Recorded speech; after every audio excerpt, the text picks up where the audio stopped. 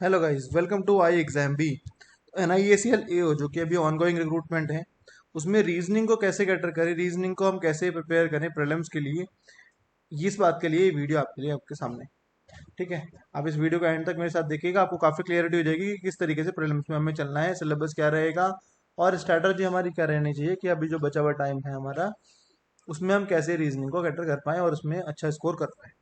ठीक है, चलिए स्टार्ट करते हैं इसको। तो रीजनिंग को कैसे तैयार करें, इसके लिए हम बात करेंगे। If you are new to this channel, then do subscribe the channel and hit the bell icon so that you can get the notification of all upcoming videos. चलिए स्टार्ट करते हैं।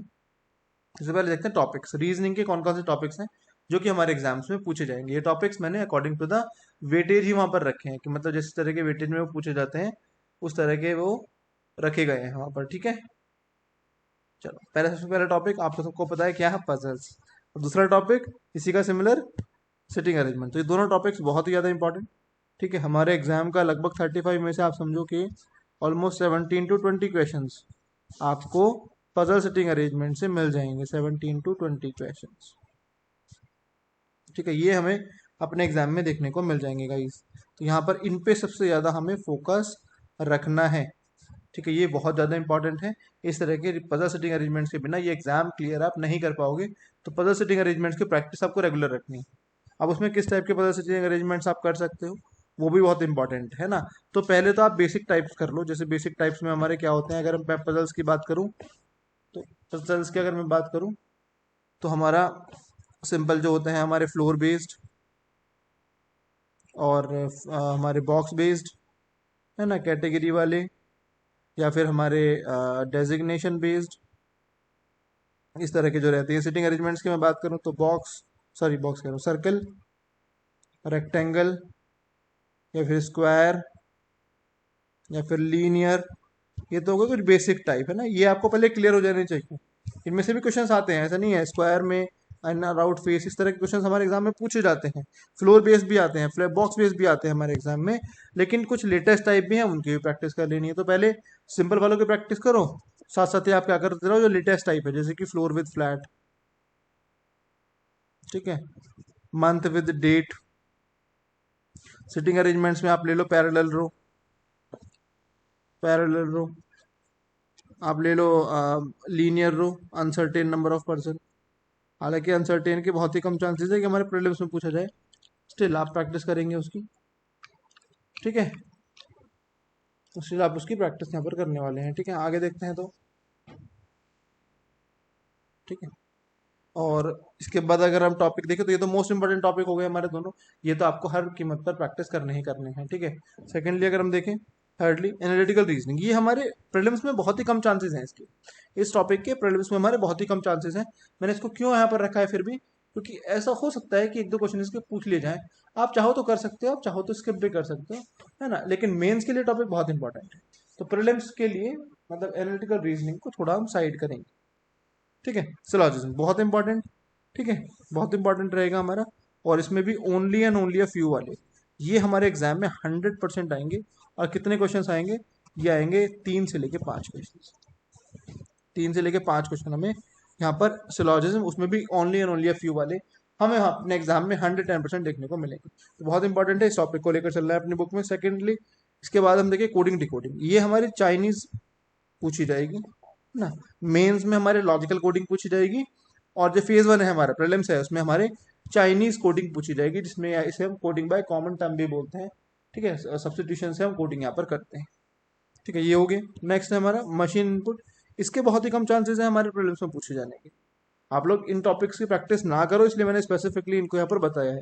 एनालिटिकल रीजनिंग, मशीन इनपुट, इनके बहुत ही कम chances है, ना के बराबर chances है कि हमारे एग्जाम में ये पूछे जाए। तो इन पर थोड़ा सा एक दो क्वेश्चन इनके कर लेना, छोड़ना नहीं कुछ भी। एग्जाम में ब्लैंक नहीं होना है तो, लेकिन ज्यादा फोकस नहीं करना है इन पे, है ना। फोकस इन पे कम रखना है। इनइक्वलिटी मोस्ट इंपॉर्टेंट, और वो भी हमारी नॉर्मल इनइक्वलिटी, इसमें कि हमारा कंपैरिजन ऑफ साइन रहता है। हमें 3 से 5 क्वेश्चन इसके भी वहाँ पर देखने को मिल जाएंगे।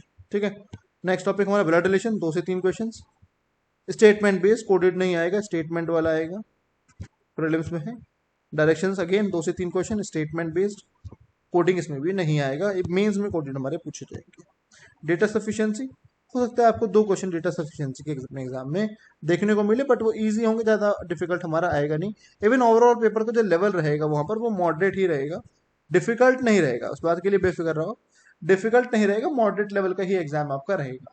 तो मॉडरेट में ये नहीं है कि बिल्कुल बेसिक चीज़ें वो पूछेंगे, जैसे कि मैं सिलॉजिज्म की बात करूँ तो सम ऑल और सम नॉट वाले वो नहीं पूछेंगे, only and only a few वाले पूछेंगे, मॉडरेट हो गया। इनइक्वालिटी में वो बिल्कुल सिंगल स्टेटमेंट वाले नहीं पूछेंगे, मल्टीपल स्टेटमेंट्स देंगे, 2-3 कंक्लूजन भी देंगे, तो वो हमारा थोड़ा सा मॉडरेट हो गया।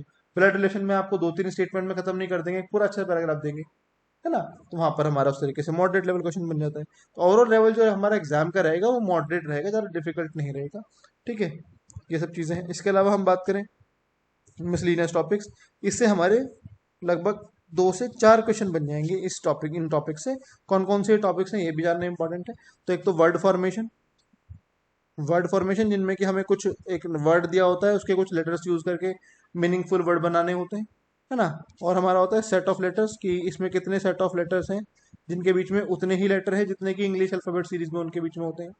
फिर होता है ऑड इवन में कुछ प्लस माइनस करना, मैथमेटिकल ऑपरेशंस वाला, है ना। और हमारे क्या होते हैं शॉर्ट पजल्स होती हैं, छोटी छोटी कंपैरिजन वाली पजल्स जिनको हम बोलेंगे, कंपैरिजन करते हैं, पजल एक बनाते हैं वेट हाइट का कंपैरिजन करके। इस तरह के क्वेश्चन हमारे एग्जाम में इस पर्टिकुलर टॉपिक जो मिसलिनियस टॉपिक्स हैं इनसे पूछे जाते हैं। ऑर्डर एंड रैंकिंग इसके क्वेश्चन आते हैं हमारे एग्जाम में, ठीक है। तो ये सभी बहुत इंपॉर्टेंट है हमारे लिए करना, तो ये सब टॉपिक्स हम क्लियर करें पहले तो। दूसरी चीज, आप इस बात को समझो, अब आप कट ऑफ को देखो। प्रीवियस ईयर कट ऑफ में अगर बात करूँ 35 में से पॉइंट 6.5 थी, ये सेक्शनल कट ऑफ है, इसमें सेक्शनल कट ऑफ भी है ना, ओवरऑल कट ऑफ तो होती है, सेक्शनल कट ऑफ भी इसमें है। तो सेक्शनल कट ऑफ भी क्लियर करनी है आपको, मतलब रीजनिंग में कम से कम 6.5 मार्क्स आपको पिछली बार लाने थे, तभी आपके मार्क्स टोटल ऐड होके वो ओवरऑल क्वाली कट ऑफ के लिए जाते।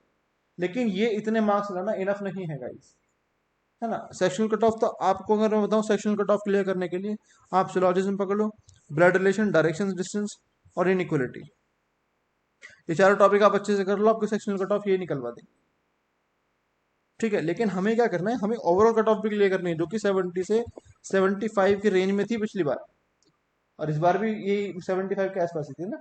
और 75 इस बार मतलब कम से कम इतनी तो रहेगी, है ना। वो बाकी एग्जाम लेवल पे अटेम्प्ट पे इन पे डिपेंड करता है, लेकिन हम लेकर चलते हैं कि 70, हम 80 मार्क्स का अगर टारगेट लेकर चल रहे हैं, तो किस तरीके से, अगर मैं इंग्लिश में बात करूँ तो बहुत अनसर्टेनिटी रहती है इंग्लिश में।